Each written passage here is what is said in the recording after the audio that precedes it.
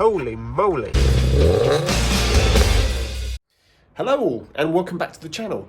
Not really any how-to or any full-on videos today, but what I thought I'd do is just give you a little bit of an update on the progress of the MR2, tell you some of the challenges that I came up against. I was totally wrong. It wasn't going to be the handbrake cable. I found something much worse to go wrong next. But I'm going to show you what I'm up against, and I'm going to show you all the cool things that I've bought, which I'm going to hopefully be doing over Christmas. Okay, so first thing I want to share with you is this, which you may have seen on Instagram. Nice big hole. So what happened here is I had a bit of a knocking sound coming from the driver's side suspensions. Suspected it was a drop link, but got down there and found out the previous owner had already fitted a new drop link. So in an attempt to find out where that knocking was coming from, I removed all the plastic trim here under the frunk and I found that hole. So it looks a lot worse than what it is. I've actually got it already booked in with a welder in the new year, so he's going to be sorting that out for me. And all of this stuff, which looks terrible, it's not actually as bad as it looks. It's pretty much all surface, and if I do come across any holes, then the lovely welder chap is going to weld those up for me at the same time. If you see the state of the anti-roll bar there, it's in a terrible state. And some of the lower suspension arms, that one doesn't look too bad. Don't know if you can see the other side through there, but they're all pretty rusted. I suspect the ball joints and the bushes are on their last legs, so I had the choice of either poly bushing all the old arms or just getting some new ones from Toyota. So I've gone with the latter. I've ordered some brand new ones from Toyota, which will come with new bushes, new ball joints and everything. So they're gonna go on. Got new drop links, got new roll bars, gonna get some new coilovers. So the car's gonna be pretty sorted. I've also ordered some Cusco braces that go between the front and the rear strut towers. And I've also got a Cusco center brace that goes under the transmission tunnel, and that stiffens the whole chassis up. So yeah, come the new year, all welded up, loads of new braces, new ARBs, new suspension. It's going to be fantastic. But let me show you the box of many new things that I've bought. Okay, so let's head into the garage. Let me show you. Here are some white line ARBs that I've bought for anybody that's got an MR2 Roadster and they want some decent ARBs. BTK 004, got these from Co-ord Sport, otherwise known as Part Box, and these were about £300 for the pair delivered. Okay, so let's move on to the shiny stuff. So here's a Malian Sports Cat. It's 2.5 inch, and here is a Malian Race Exhaust, which is also 2.5 inch. So the reason I've gone for such a big bore is, of course, I'm going for the 2ZZ conversion. And the standard exhaust, it isn't mandrel bent. So if you looked at the factory exhaust on the corners, it actually gets smaller and it goes down to 1.75 inch.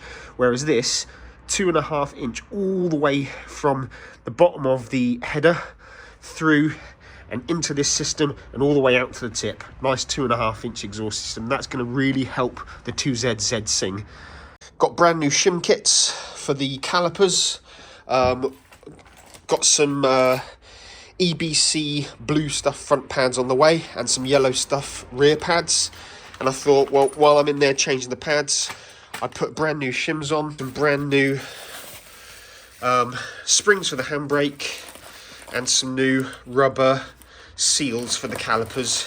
Okay, so one of the first things we're going to do to the MR2 to try to shed a little bit of weight out of it is we're going to replace this clunky old factory CD head unit with a fresh new touchscreen Sony, Apple CarPlay and Android Auto head unit. Okay, so pretty much 2 kilograms there. Okay, so we have here the fresh new Sony, Apple CarPlay, Android Auto head unit. As you can see, it's basically a screen with a single DIN behind. So let's load that up on the scales. Let's just call that 1 kilo and that 2 kilos. So that's a kilo saved. Marvellous. Okay. 2ZZ ECU. So I got this from America.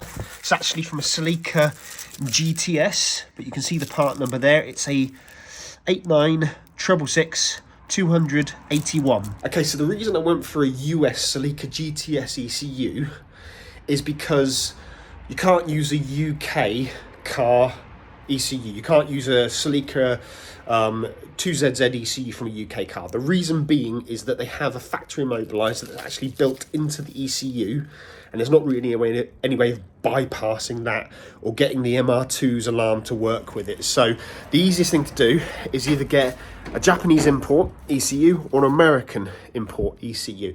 The difference being, American ECUs still use OBD, so you can still plug in your reader as you would normal, read off your codes if you've got any problems.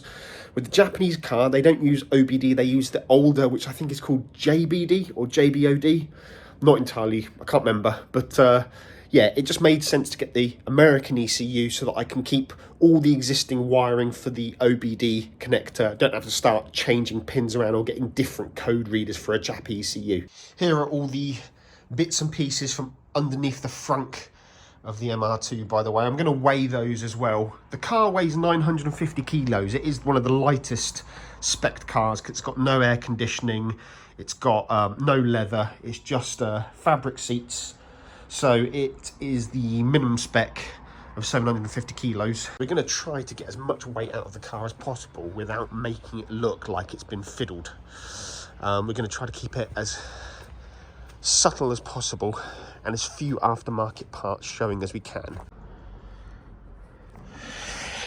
Okay, so we're in the car now. I gave it a bit of a clean out the other day. You'll notice that there are no longer any stickers in the window. Gave it a good old clean around. Fitting a new TRD gear knob, which is nice. That was quite cheap off eBay. It's obviously not genuine. It's obviously a fake, but does the job. The pattern's in the right way, so that's good enough for me. And this is the Sony Apple CarPlay head unit that I bought. It's very nice. The only issues with it are that it needs a surround, which I've ordered, and also regardless of what you're listening to, the electric aerial goes up, which I believe, researching this online, is quite a straightforward fix. On the back of the harness there's a blue wire. Just need to cut that, put it onto a switch, and then mount the switch somewhere like here or here so that you can control when the electric aerial goes up and down. I think because the standard stereo, it only gives power to the electric motor for the aerial when it's on radio, but for aftermarket head units that power is constantly there regardless of what you're listening to. Okay, so the stock exhaust, as you can see, comes out the left side. The aftermarket exhaust that I've bought comes out over the right side. So hopefully from a distance, not too many people are going to twig that it's aftermarket. I mean, it's going to sound a lot louder, but one of the things I wanted to do with this car was modify it in a way that it doesn't really look modified. I'm going to keep it as close to stock as possible. That's another reason why I kept the standard wheels, and I've just gone for standard size AD08R tyres. No body kits, nothing flash, just going to keep it nice and original. So as you can see, got lots of shiny new stuff to go onto the MR2, and it's going to be a fun winter. I'm going to be here in the garage, in the workshop, and I'm going to be working on the MR2, going to get all that rust sorted in the new year. And then, yeah, with sway bars, coilovers, exhaust, brakes, you name it, the car's going to absolutely fly. So in the new year, we're going to take it for a track day. And we're also going to do a 2-car dyno. So when Ed's ready, we'll probably take the Civic Type R and we'll take the MR2. And we're going to get the cars onto a dyno.